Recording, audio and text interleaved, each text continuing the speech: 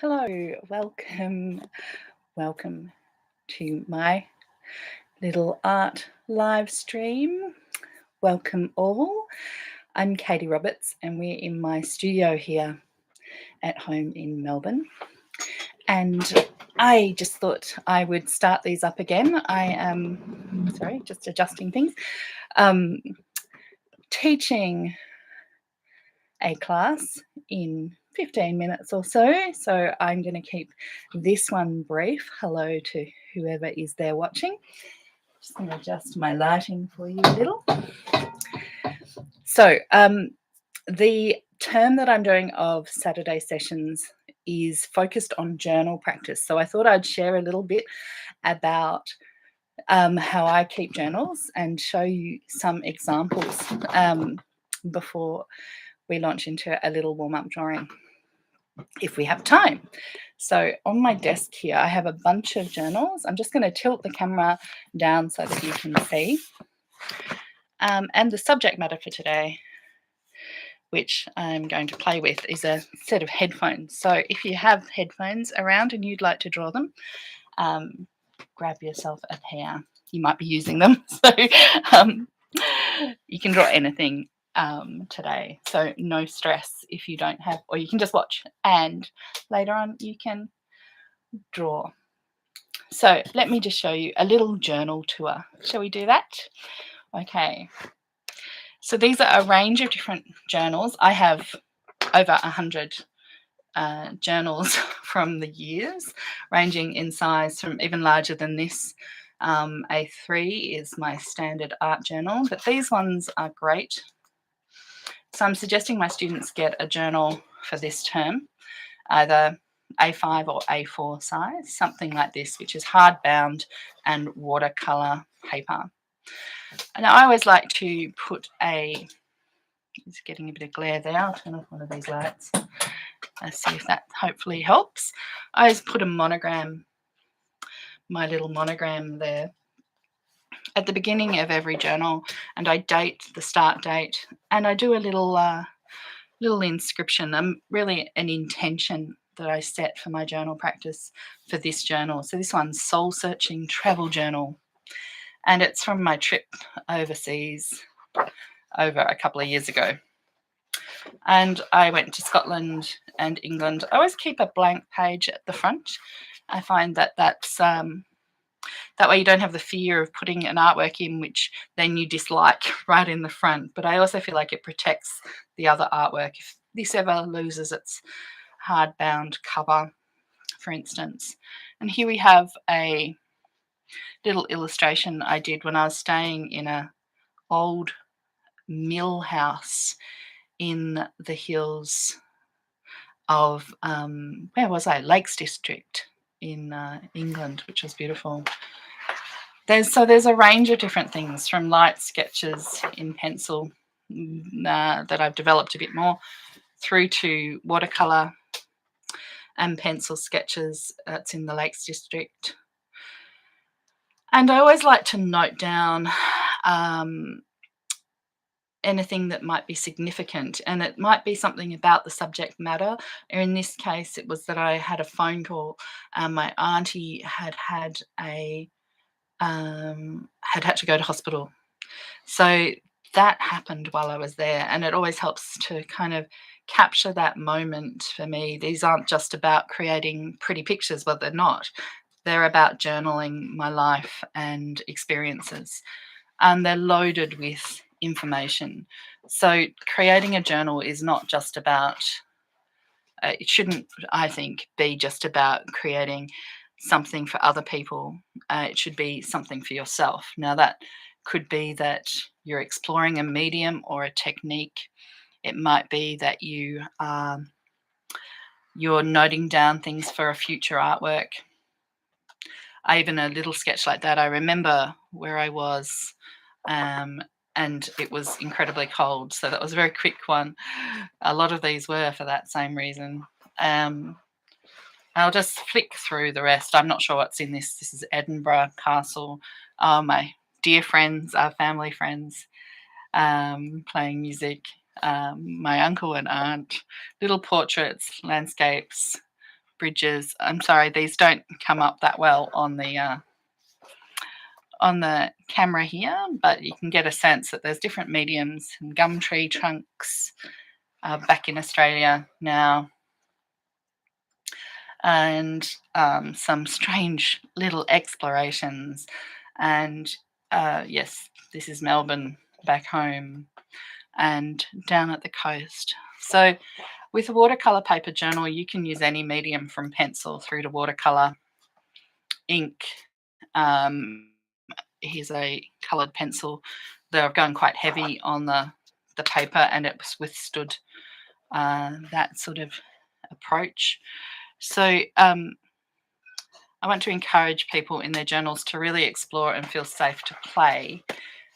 That's an example of a journal which has more sort of fine art drawing, I guess. I have a lot of journals which are more sketching oriented, and I'll just show you my favorite, because this is the sort of thing that I want to do with my students today. And we probably won't have time to do much now, but the sort of thing that I want to do with my students is to do some pen drawing and approaching drawing from a very sort of spontaneous place where really it's about documenting what's around you. I remember waiting for my son at the bus stop when I did this little drawing in Collingwood. And this, I think, is my favourite businessman at breakfast in a cafe. These simple line drawings, I think, are really beautiful and capture the moment, the essence of that pose, the mood of that person, perhaps. And yeah, I think they're one of my favorite ways of journaling. So that's the sort of thing we're going to explore in journaling today. There's little notes in there, and I try to date everything. My son on an aeroplane when we were traveling back in the day when that was more common, some architecture. So in this course, we're going to explore journaling every week using different mediums and methods and subject matter. And I'm going to talk more about that with my students in just a minute. But the journal that I'm suggesting people get is a landscape journal, like a Moleskine journal, and with watercolor paper. I think this is one of my favorite journals from a while ago now. Something like that, or like this little one, which is what I'm going to use today. So the method that we'll be using, I'll just do a quick warm up with you, and I've got to work out which journal I'm going to use. So let me select. I'm just going to angle the camera back down again, and hopefully you can see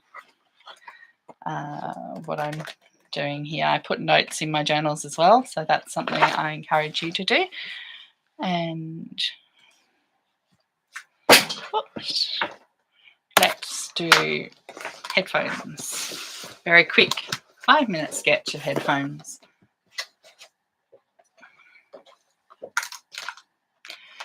Now the method that I'm using is almost a continuous line drawing where I don't take my pen off the paper, and I'm going to give myself just 3 minutes to do this. So staying really loose is very important, and getting a sense of the structure and the form without being attached to an outcome. This is the trick with journaling. That's going to be difficult for you to see with the glare, so I'll try that angle.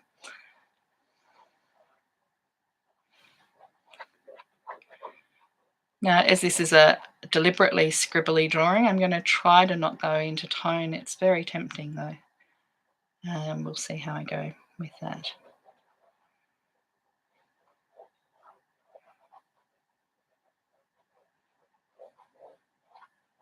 following that cord as it snakes around.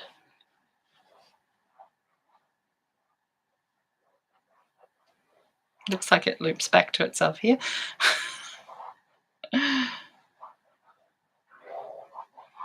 Okay. And you should have a sense of kind of lightness and playfulness while you're drawing. If you feel stressed, try to observe that and let that go. It's usually about expectations that you feel that someone else has of you. And no one is watching you draw. No one's watching me draw at the moment either, hopefully at some point. And that's quite liberating. There's no judgment, complete freedom. And there we have a quick little sketch. How did I go for time? 2 minutes of my headphones. Very loose. You can see that I want to give that a bit more depth. Sometimes holding it up to a mirror, in this case a camera, can be a very helpful way of seeing things more objectively. So that's all it takes to do a drawing in a day. Don't forget, date it. What is the date today? Going 5th of February. And note down how you're feeling, or how you feel about the drawing, whatever it might be. Sometimes I give it a title, and feel free to draw like that anytime, all day, every day, or just for 5 minutes. That will help your drawing skills develop enormously. There's nothing like regular drawing to improve your drawings and your technique, but it also embeds it as a daily practice, which is a wonderful thing to have in your life. And you never know, you might end up with maybe not 100 journals, but a collection of little journals that have documented your life and your journey. And that's a beautiful thing to have for you, or for future generations. So I hope that's inspired you to get journaling. I'm going to hop off this call. My Saturday sessions start in 5 minutes, and I'm going to get ready for that now. Feel free to join them. If you'd like to know more about my classes, just check out my art class website, which is katiesartclasses.com.